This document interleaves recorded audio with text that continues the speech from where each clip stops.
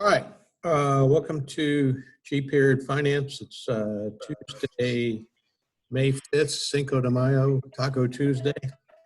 All right. Let me go over a couple announcements. Working on updating grade book, and I'm asking you to follow up behind me. I've got, a handful of things over here submitted with no name on them. And so I can't just arbitrarily put a name on it. So go back behind me, and if you've got a 0 for something that you submitted, resubmit it, not via Dropbox, but via email, okay? This week is the last week I'm taking late work from seniors and actually everybody in this class. I'm not gonna be manipulating grades and doing, taking stuff that we did 4, 5, 6, 7 weeks ago. So this week is, so check behind me and see what you got. Along those lines, we got a chapter 6 quiz that you took digitally online on the www.foundationsdigital.com. There's about 60 that never took it. Dugan, Landis, Wacobo, Walden, Ward, Wright, and Yell. I only dropped one quiz, so if you want that one to drop, that's fine. But Sir, what are you talking about? there's only one quiz being dropped. Okay? Sir, what are you talking about? The chapter 6 quiz from last week. Sir, I told you I couldn't get to that quiz. I emailed you like 3 times. All right, yeah, well, you can go back to March 23rd. It has the instructions on how to set up your account and everything. And I just don't have time to go back. You've got an account there from what I'm showing. So just go to www.foundationsdigital.com and take the chapter 6 quiz. You've got I'm showing that you have an open account there. Sir, I'm getting real tired of this. I don't know what's going on. I'm like in a museum right now. Okay. Well, and you can take it as a 0 for your drop quiz for the quarter. But I mean, I can't take it for you. You've got an account there. It takes How much can I give you to take 15 or 20 minutes. Again? I'm gonna just take it right now while we're doing class. All right. Well, look, I'll just being absent in class. I mean, Mr. Ward, if you want to play games with that, that's fine. I'm not playing games. Yeah. I only have you 2 50-minute periods in a 7-day period. And if you want to go take the quiz, I'll just mark you absent. You'll lose 45 points from your upgrade this week. So It's not all fair, right. sir. Dang. Any other complaints, whining complaints, or anything else? Miss you, sir. Mr. Wright, you also need to take that quiz unless you want that as your dropped one. Hey, I Hunt. want that as my drop one. Okay, I'll show that. All right. Hey, Buyer. Any other questions or comments before we get started? All right, we're going to continue in chapter 7 in bargain shopping. All right, this is kind of just good, valuable information to save $1 here and $1 there. On a personal note, I'm in the process of replacing a garage doors, a single door and a double door. And over Easter break, I had 4 different companies come out and give me estimates. They varied between $2,000 and $2,600. And I picked the next to the lowest price, and I was looking over his bid or estimate, and it saw that where if you paid with a credit card, he's going to charge you 3.5% credit card fees on there. Well, 3.5%, say at $2,000, is another $70 some. Well, if he's going to charge for credit card, how about a discount for cash? So I emailed him back and said, I paid you cash on the barrelhead. What would you do? And he took $125 off the price, which made him the lowest bid. So again, if you don't ask, you definitely won't get it. And the worst they could say is no, and you wouldn't be any worse off. Which kind of goes in conjunction with today's topic, And we're going to again go over some things on, how to get the most bang for your buck. So give me a second to set things up. Okay. Any questions before I turn it on? Here we go. Let's see.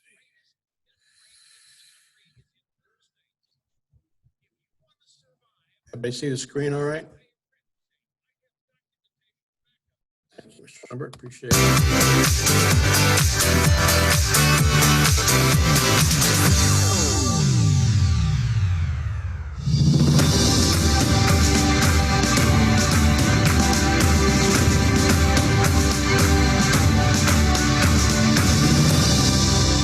The fourth one is shut up.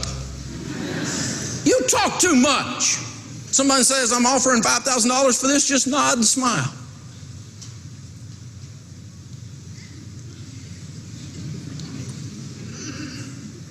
It's powerful, isn't it?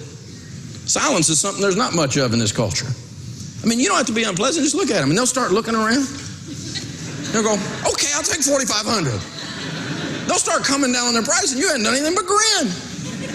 The worst thing was I went on this used car lot one time. I was just out kicking around. I was having fun. Saturday morning, I'm out cruising around. I saw this little Jeep, and I thought, that little Jeep looks kind of cool. I pull up, and I get out of my car, and I'm looking at the Jeep, and I thought, I'm going to try this just to see how far you can take it. And it was really uncomfortable for me because I took it a little too far. I mean, because the guy's coming around, he comes out, bounding out of there, he's talking. He's been in the coffee, he can't shut up. And I'm just standing there looking. And he says, how you doing? And I said, never said a word. I acknowledged him, but I thought, I'm going to see what happens if I just say nothing. And I'm walking around it, and he says, yeah, we're asking $5,500, but the manager said for us to get some stuff sold. I bet you I can get you a deal on this.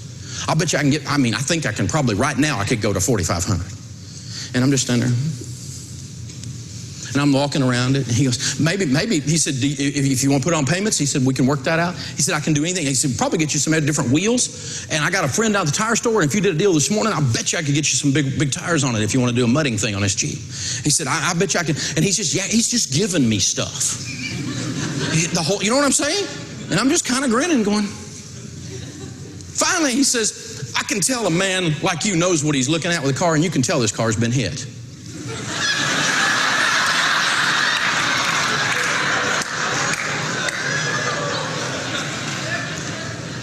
If you'll just be quiet. It was an uncomfortably long silence. I was almost rude to the guy. But it was amazing. He just kept, and price enters into that discussion too. And other things will enter into that discussion that you could negotiate for that would make the deal sweet to you. Price isn't the only thing that makes a deal sweet, is it? Sometimes color, quantity, sometimes delivery. Other things make a deal sweet. So just learn to, it's okay. There's a dramatic pause when you shut up. Especially if you just ask a question like, is that price firm? And then don't say another word till they just keep, and if they ask a question, just kind of smile, nod, and don't answer it, and they'll just blah, blah, blah. One of my favorite parts of this class is when Dave talks about negotiating. Why do I love that part so much? Because I am horrible at negotiating. Right now, I promise I'm worse than you. Maybe you think you're the worst. You're not. I'm the worst, and I'll prove it. A few years ago, my wife and I were going to sell our car. We had this old Toyota Camry that had like 1 billion miles on it. No shocks, no struts. It just bounced its way down the road. And so we finally got somebody to come look at it. And I'll never forget, we were in the driveway, and there was a father and a son there looking at the car. And my wife said, well, I could see us selling it for $2,100. And then it was quiet. And I'm the kind of person that when it's quiet, I feel awkward, I feel uncomfortable. So to break that tension, I said, I don't know. I could see us selling it for $2,000. And then everybody looked at me, and my wife pulled me aside and said, just 1 second, please. She said, hey, just so I'm clear, did you just negotiate me down? Because we're on the same page, like we're on the same team. Did you just reduce our price? And I said, yeah, I think that's what I did. And she said, well, why don't you go inside and have a drink of water? Go relax, let me finish this deal. That's how bad at negotiating I am. That's why I love this part of the class, that Dave teaches you some tips. And my favorite tip, the one that I keep coming back to, is just be quiet. If you want to negotiate, That's all you have to do. The first person who talks usually loses. So be quiet, be smart, and listen to what Dave says. And maybe even you and I can become better negotiators. Use the phrase, that's not good enough. That is a powerful phrase. If they say $5,000 for this car, you say, that's not good enough. They say $50,000 for that car, you say, that's not good enough. They say, we can do delivery by Friday. You say, that's not good enough.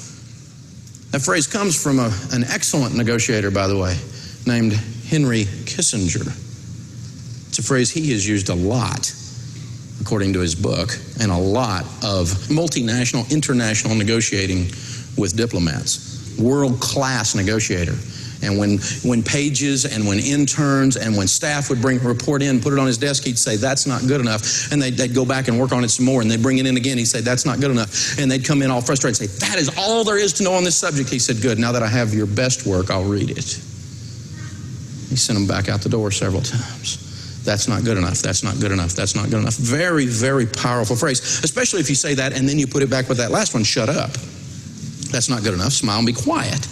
You're going to see some powerful, fun things happen. Now, this also can be used on you, so you need to be aware. That is a phrase you'll hear collectors use. If you're behind on your bills and you have a collector calling you and no matter what you offer them, if you want to pay the full balance off on the spot, they'll come up with something and say, that's not good enough, we got to add fees. I mean, they will come up with something. I had one time, I had a car and a boat on one note with a certain bank when I was going broke. And a lady called me on a Thursday evening. I had a real estate closing scheduled a week later on the following Wednesday. I was going to make enough on that deal to bring it current. It was 2 months behind. And I said, just that. I have a real estate closing next Wednesday. From the proceeds of that, I will be able to bring it current. Until then, I can't do anything. And she said, that's not good enough. Well, I had been studying these collectors and collections techniques, and so I just, I knew that was in her script, and so I thought, well, let's try a little of this back. And I said, so? Well, that wasn't in her training. And so she just bounced off the walls, went crazy. We're going to come pick up the car. I said, you're going to pick up the car over 4 days discussion. I mean, we're talking about 3 business days here. If you want to pick up the car, I'll have the keys ready. What day would you like to get it? Would Friday be better for you or Monday? What?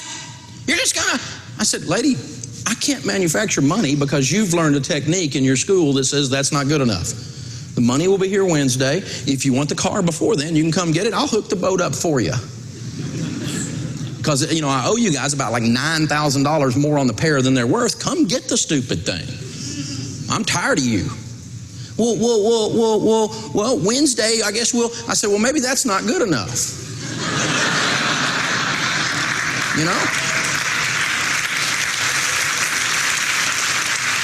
So beware, because some of these techniques are being used on you. You got to watch for it. Here's one that's used on you all the time, the good guy, bad guy technique, isn't it? You see it on television, good cop, bad cop, right? And that's kind of one that's known, but if it's done very professionally, you have to be very careful. I've got to check with my manager. For years in the car business, they used a process called position selling that was taught. And position selling was the person out there selling can't do any of the negotiating. They have to go back and talk to the manager who's back there in the booth. They keep him chained there. He has one eye in the center of his head, 2 fangs coming out and foam everywhere. And he's like, please don't send me back to the manager again. He's going to kill me. They come up with all this drama process, and there's this mythical or real person back behind the curtain, and we have to go back and check with the other curtain. And the bad guy is just out of reach. And I'm the good guy. I'm on your team. I'm over here with you. It's us against them. No, it's not. And the way you neutralize that, and by the way, I don't recommend using that as a negotiating technique. Unless it's very true, unless you really do have to check with someone, but I wouldn't set it up as a technique. But if it's being used on you, the way to neutralize it is just go, wait a minute. I'm sorry, I've made a mistake. I came in here to negotiate. I was ready to buy something. I made the mistake. I thought you were qualified to do the deal. Apparently you're not. I'm sorry for that. I'll be happy to make sure you get your commission. But what I need to do is we need to set a time when I can talk with your manager so that I'm able to do a deal, because I don't have a qualified appointment here. And go around them and pull the guy out of the back. And even if you're dealing with a collector, my supervisor won't accept that. You know who their supervisor is? It's the idiot in the cubicle next to him. And and they swap off being each other's supervisor every other call. It's really what they do. Okay, it's a technique. My supervisor won't approve it. You don't have a supervisor. If you did, you wouldn't be acting the way you're acting. You know, let's talk to the supervisor. Great, I'm sorry, I can't talk to you anymore because you don't have the ability to do this deal. And I'm walking away from this discussion. So the way you neutralize it is you circumvent them by going to the authority that's supposed to be the bad guy.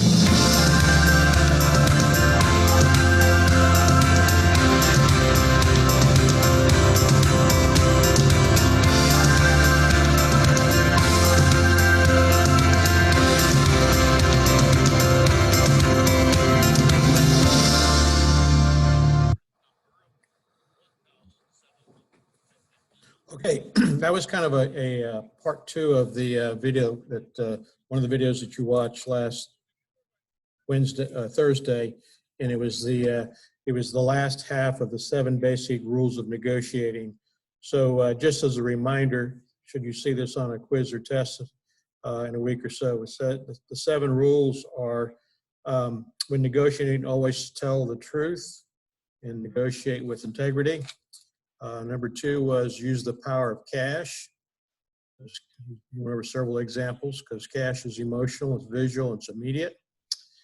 Understand and use the walk-away power, right? If you're not happy with the deal, just walk away and leave it. They'll come back after you if it's still doable. And then the ones you just went over, shut up or be quiet, and just let them keep hopefully sweetening the deal. And number 5 was that's not good enough phrase. And then be aware of the good cop, bad cop technique. That was number 6. And then the last was use the if I take away technique. All right. So thoughts, comments on that? Discussion? If you're following along in your book, that was like pages 147, 8, and 9. 147, 8, and 9. Comments? Keep going. All right. Let's see here. Let me got one more video that still kind of elaborates more on the negotiating. Give me 1 second to fire it up.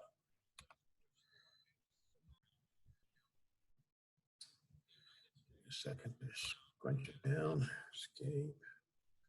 Let's see, that was 2, 3. All right.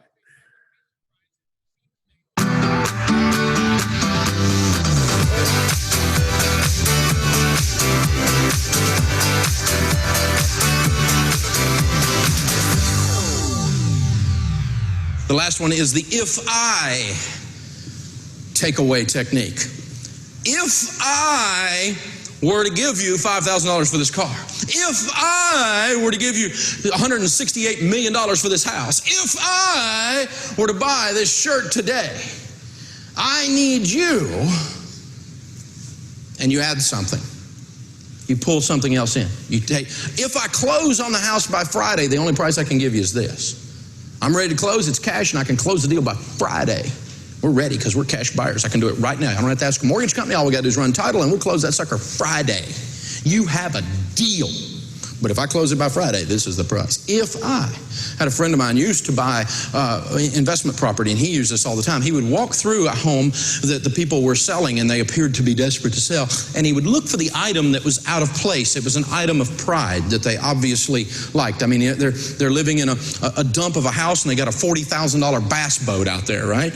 Or they're living in a little dump of a house, and they got an $800 refrigerator. You know what I'm saying? And it's something that's out of place. And he would say, well, you know, I see that you're asking, I don't know, make up a number, $100,000 for this house. And I can buy the house for $100,000, but if I do, you're going to have to throw in that bass boat.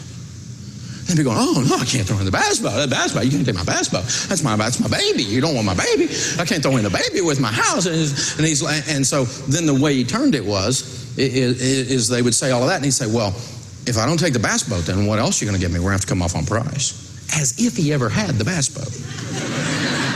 See how the deal works. So if I do this, if we move forward in this way, then we're going to add this to the deal. I'm going to get a little better deal. I'm going to get a little another nibble in there. The second key to opening the door to huge bargains is that you must have patience. I got to tell you, this is my hardest one. I do it as a matter of discipline, but it is not my nature to have patience. My wife can have patience. She can wait. That's one of her strengths in this. She'll wait them out. She'll just sit down and go, But I mean, she can wait 2 months, she can wait 2 years, and me, I want it right now, and I'm tired of fooling with you. Again, Roger Fisher's book, he says the people that win negotiations have the most information and the most patience. The most information, the most patience. International negotiations, the United States team comes in and they rent a suite of hotel rooms to begin the negotiations. Team comes in from the Far East to begin the negotiations, they buy a villa. We're going to be here a while. Different mentality. They're there to wait this thing out. We're going to play long term for keeps. Again, don't get married to the purchase because you lose your patience. You get this, I want it, I need it, get the fever going. And that gets you into a big mess. Back when I was in the real estate business, I had a young lady working for me, and she and her husband were looking for their first home. And they didn't want just any home. They wanted a home with some acreage, and they wanted a certain design of a home. They had this idea of a certain place out in the country that they wanted. And I told her, I said, we're buying foreclosures all the time. If you'll wait, we can get you a deal. But you're going to have to wait. It's going to take time. And every so often, I mean, another month would go by and they'd be out looking at houses and they're looking at some retail deal and I'd have to talk them down. No, wait. I talked them down for a year and a half. And I talked them down 20 times in a year and a half. Talked them out of buying. But I'll tell you what, then I stumbled upon one. A credit union had foreclosed on this place, and we bought it for them. The appraisal on the property, I wrote it down, was $134,500. We had the house appraised when we were buying it. We were able to purchase it for $54,000. Patience pays off. You'll never get a bargain if you don't ask for it. It's vital that you shop around, even for banking and insurance. Let's talk about banking for a minute. Every bank has their own fee schedule. Read and make sure you understand everything before you open up the account. How many checks can you write? Do they have free checking for students? How much do ATM withdrawals cost? What interest is paid on your balance on your checking, if any? What's the penalty if I go below the minimum balance? Insurance rates? Now they're out of control for people your age. You are getting that good driver discount, right? Yeah, right. Did you know that you can call different insurance companies and get free quotes? Don't assume you're getting the best rate. In fact, it's a good idea to call for quotes every couple of years, even if you're happy with your insurance. Ask them what discounts they offer. It might be worth buying the club or something like that if you end up saving money. If you don't want to change companies, ask them if they can match the quote from the other insurance agency. What you have to do is you have to hunt it down and kill it and then drag it home. Be an aware consumer. Understand everything before you sign up for it. Third key to opening the door to huge bargains is you must know where to find the deals. You must know where to look for the deals. Now, I'm an old Tennessee boy. I grew up in Tennessee, and in Tennessee, when we would go camping back in the woods somewhere when I was a kid, many times there'd be a nice, beautiful mountain stream there. Gorgeous, kind of cold water. You guys know what I'm talking about, say yes. And we'd go out there and we'd have our shorts on or we'd roll up our pants and we'd wade out there about to our knees and we'd be looking. And we would be hunting for what we in Tennessee call crawdads. Little freshwater shrimpy looking things for those of you that hadn't ever had the pleasure. And so we'd be looking for, and of course they hide under rocks, don't they? And so you'd turn over the rock and the current of the stream coming by would move the silt away that was stirred up when you turned over the rock, and there sat the little guy. Now, when you first start doing it, you grab him behind the pinchers, but if you're really cool later, you're a real man, you just grab him and let him pinch you, you know? But after doing that for a little while, even as a little kid, 8 or 10 years old or 6 years old out there, you begin to say, hey, that rock has something under it. That one won't. And you can kind of identify by the way they're sitting there on the other rocks, whether or not there's probably a crawdaddy under there that we're going to be able to get or not. Bargains are the same way. They lay in certain places. The rocks look a certain way. And as you begin to get a nose for hunting bargains and you live your life looking for bargains, you'll start to go, oh, there's one over there.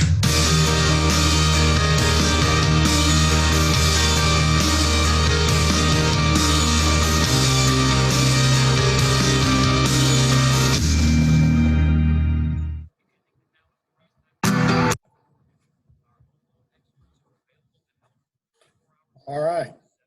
Thoughts, comments, discussion, experiences? My internet went out. I didn't leave. Okay. No comments? Why's everybody so quiet? Is everybody sleeping? Sir, I'm here. I'm here, Tired, sir. The rain is making me sleepy. Ah, Love you, Jimmy. Can't stay awake with the sound of your soothing voice, sir.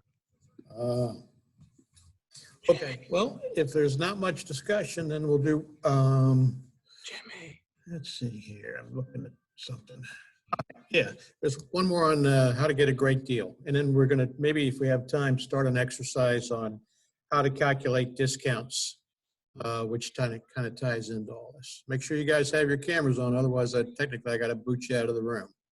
All right, sir. Cray, Mr. Tolan, Mr. Walden. Sir, we got the goat in here. Stevie Wonder. Sir, here, my camera still doesn't work. I'm here, sir. You might want to work out something with the school, because are you getting kicked out of your other classes for not having the camera on? No. No, sir. My camera doesn't work either, sir. Technically, we're not supposed to let you stay on. All right, let's go one more video. Let's see here. This guy. Sounds on. Give me a second to set her up.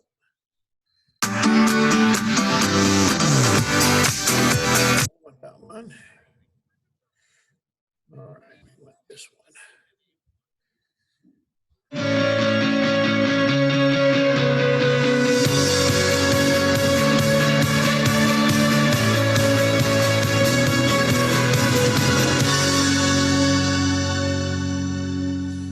Of course, the other thing you can do is you can trade something of value, your goods or just your services. How many of you have ever bartered for something? I've done a lot of bartering in my life, and it's very valuable. Back when we first got in the radio business, we would take some of the radio ads and trade them for something, and that was a fun thing to do. We're way past that and aren't able to do that these days, but I kind of miss it. It was kind of, because my wife used to call it free stuff, and I'm like, hey, I'm working here. It's not free. You can do things like just get you a little gift certificate like this. Sometimes when you're giving gifts, everyone thinks they have to give money. Why don't you give of yourself a little bit? Maybe you have a service and you want to give of that service. My daughters have given babysitting to their youth pastor.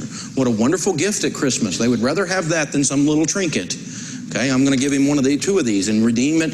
You know, as long as we can work it in our schedule, we'll be there and redeem this. And they get to go do babysitting for the youth pastor. What a great idea. Some of you dads, here's an awesome idea. You got teenage daughters? Give them one of these and put date night on there. They would love to have their dad take them out on a date. Very, very valuable. Much more valuable than money or than stuff from the mall. And so you can trade in a lot of different ways and create really cool ideas. But we got to look at the places to find great deals. Now, one of the great places, always look to try to buy from individuals. The reason you want to buy from individuals is simply this. Individuals have an item that is not there for profit. It is in the way. You know what I mean? If a bicycle store has a bicycle for sale, they paid a certain amount of dollars for that bicycle. And from an accounting standpoint, that's called their cost of goods sold. Have you ever heard that? Say yes. Okay. So they paid, I don't know, $100 for the bicycle. And if you come in and you use all the techniques in the world, and you use cash and you do all these other things, you threaten them with their competitor, they're not going to sell the bicycle for less than they paid for it. They'd be losing money. How dumb would that be? They will just sit there. And so you can offer them $98 and do a little dance or whatever, and they're not going to take $98 because they paid $100. Now, you can get down close and let them make a small amount of profit, but they're not going to dip into loss land if they're smart. Businesses don't do that. An individual, however, what they paid for it doesn't enter into it. It's in the way. I had some bicycles one time, and I don't know if this ever happens to you, but we parked them in the garage between the boat and the car. And the stupid things kept falling over, and they were either scratching my boat or scratching my car. It really didn't matter at this point what we paid for them. We had a garage sale, I put them out back, and I put 2 for $10. I want them out of my garage. And you know, get rid of, I mean, this lady walked up and said, well, you take 5. Yeah, just drive them off.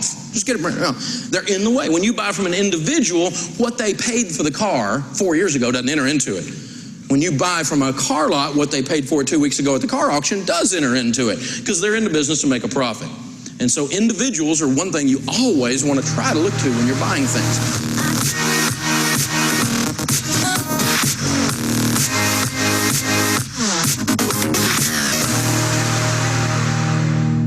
Always look at estate sales. Estate sales are fun. Good idea. Public auctions. Now be careful with public auctions because they get you excited and you'll pay too much. And you got to know what stuff's worth. When we first started our business years ago, I was looking for a copier and to get our business started with, a little cheap copier of some kind. So I went down to the office supply store and I went to the copier company and I looked at all the different copiers and I knew what copiers were costing. Different brands, I had it down because I had been shopping, you know what I'm saying? Then I went to a big auction, big office supply place went broke, bankruptcy auction, and they were auctioning them off. And there's a whole lot of copiers down through there. And the auctioneer's going down through there and he's got a power cord and he's plugging them in. They'd come to life and people would bid. And they were bidding. Some of them were going higher than you could buy them retail for. People were just excited.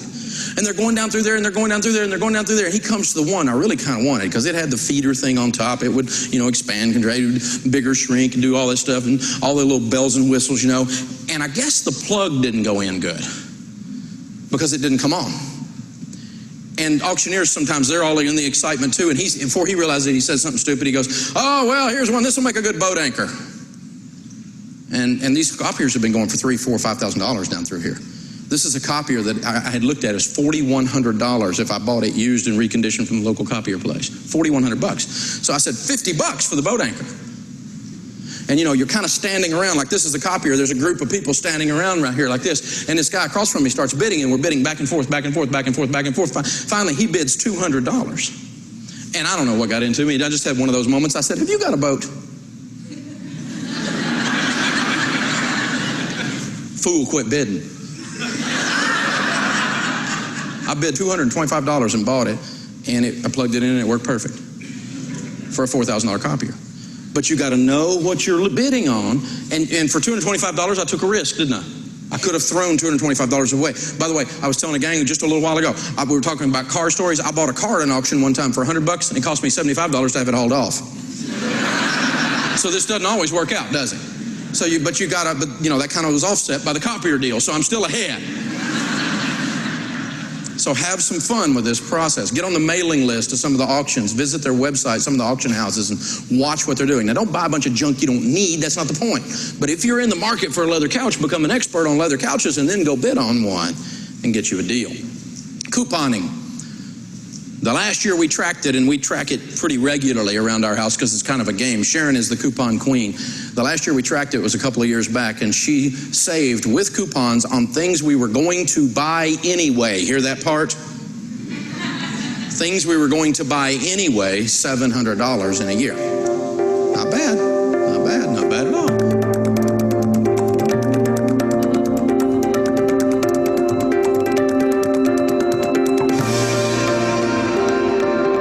Garage sales, we all know about that one. You can get stuff at garage sales. You can get deals at garage sales. You can buy a car on a repo lot, can't you? I bought a car one time, $17,000 was the private sale appraisal on the car, meaning if you went online and looked it up, it'd be a $17,000 car. Retail, probably a little more than that, but that's really about what the car was worth. And it wouldn't start.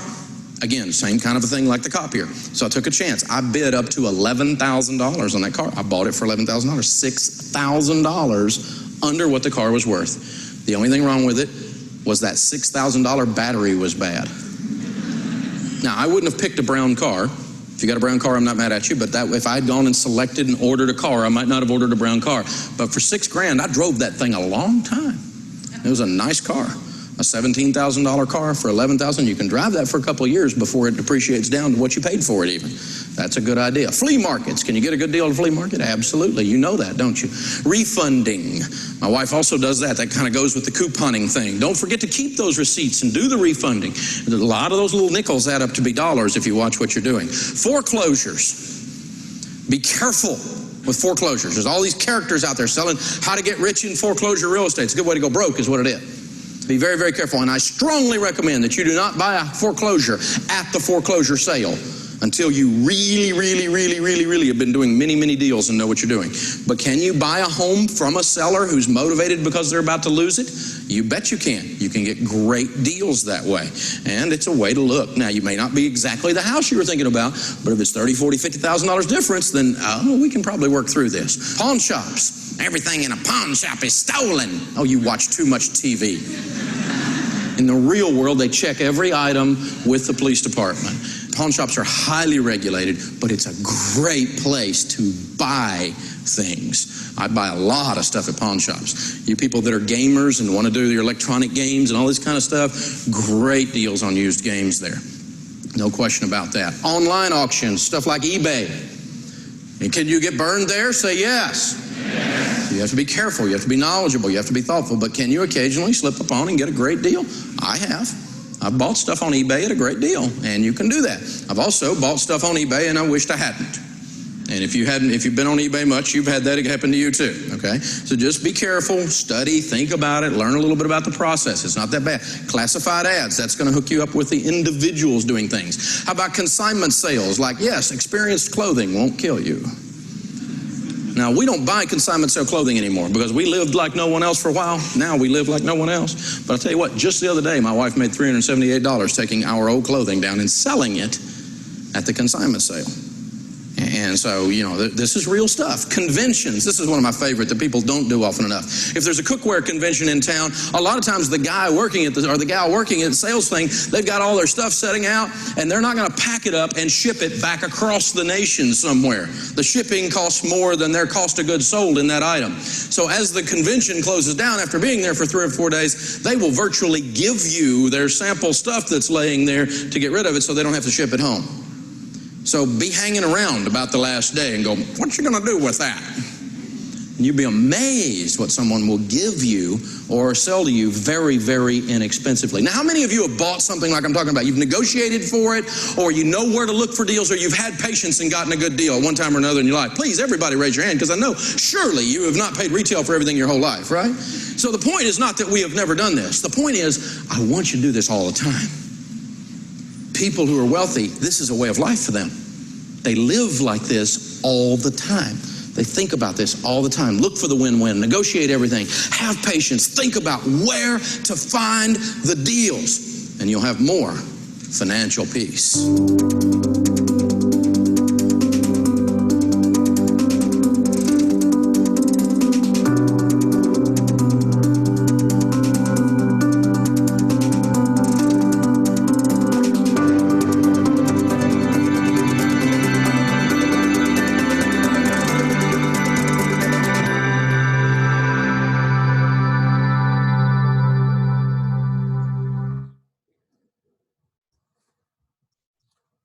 All right. Anything new or different that you learned there? Nope. Nope. No? Everybody knew that stuff already? Yep. Yep. Wait, Mr. Gaffney, Yes, sir. what was the first blank and where to find great deals? I didn't get that. The first thing in that particular video, Yeah. let's see. Because the first thing I got was the estate and auctions. I didn't get the one before that. Individuals. Okay. When you talk about the individuals, because they just are getting rid of stuff. It's not what they paid for. It is not a significant factor or issue in what the sales price is. They just no longer have need or use for it, so they're ready to move it on. Other thoughts? Nope. All right, let's see here. Okay. Give me till this afternoon, but I'm going to download an exercise for you guys. It looks like this is called double discount. So it'll be under today's assignment after the class right after this. So I can't get it loaded here right after class. I tried to get it on before, but I had a little technical glitch. So it is actually probably may bring back some memories of your Algebra 2 days. All right. So it gives you some scenarios and some some various different parts of the equation, literally and figuratively, and you got to fill in the missing blanks. And then there's about 5 or 6 questions at the bottom of this and also on the following side to complete. But most all these, they give you an original price, and then they give you what the discount is, all right? And then you've got to figure the discount. So like on this first one, you're going to just multiply that 179.99 times what? 0.25. Yeah, 0.25, which is good, and you're just going to fill it out, which is going to give you, I think, 44.98. Okay, and you're just going to go down the line and fill in the blanks out. That's an 8 there. All right. So then the sale price is just subtract this from that guy. All right. So again, this is your basic algebra 1 and maybe a little bit of algebra 2. So your new price would be 134.99. Okay. That's it. There's a 9 there. And then you're going to take an additional 25 or 20% off. So in this case, you just multiply the 134.99 times what? 0.20. 0.20, which is going to give you another $27. That is a 27. Another $27 off. So you can subtract that from the 134.99, and you're going to come up with a new price of 107.99. All right. You can use this example or the one that's actually going to be on your printed sheet to figure out how to do it if you don't recall. And then they want you to actually calculate the overall savings. So to do that, thinking back again to Algebra 2 or Algebra 1, you're going to subtract that 107.99 from 179.99, which came out to $72, right? The percent off, it's going to be the $72 that have come off in those kind of 2 discounts or double discounts over the 179.99, right? And then you're going to multiply that value times what? 100, right?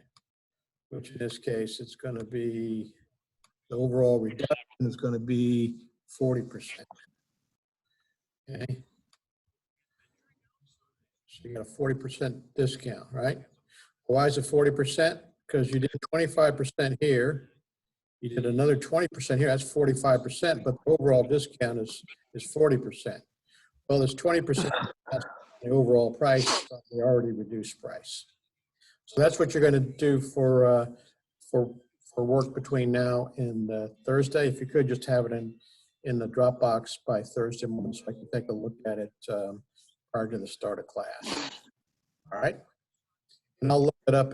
It'll probably won't be till after 2 o'clock before I get it loaded up. It'll be under CHW 0505 for today. Any questions, comments, anything I need to review or summarize or go over for reference today? This is due, what time on Thursday morning? You could do it by noon, so I can take a quick look at it before class starts, and then I'm going to go over anything that people maybe had difficulties with. But if you can do it before, that's even better. All right, that's fine. Thank you. Other questions? No questions? No, sir. So we'll go over that on Thursday and kind of do a chapter summary. I'll probably load up another quiz, or it may be kind of as a test that you can do over the weekend.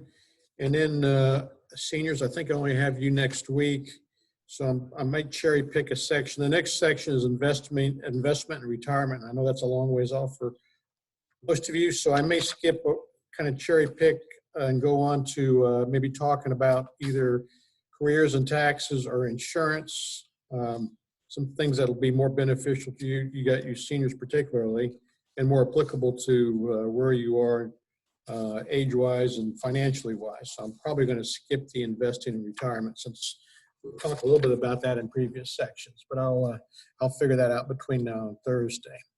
All right. All right, sir. Any questions, comments, concerns before we call today?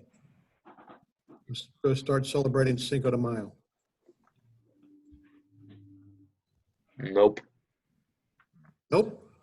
bald the head, bald the head, bald the All right, so that's it for today.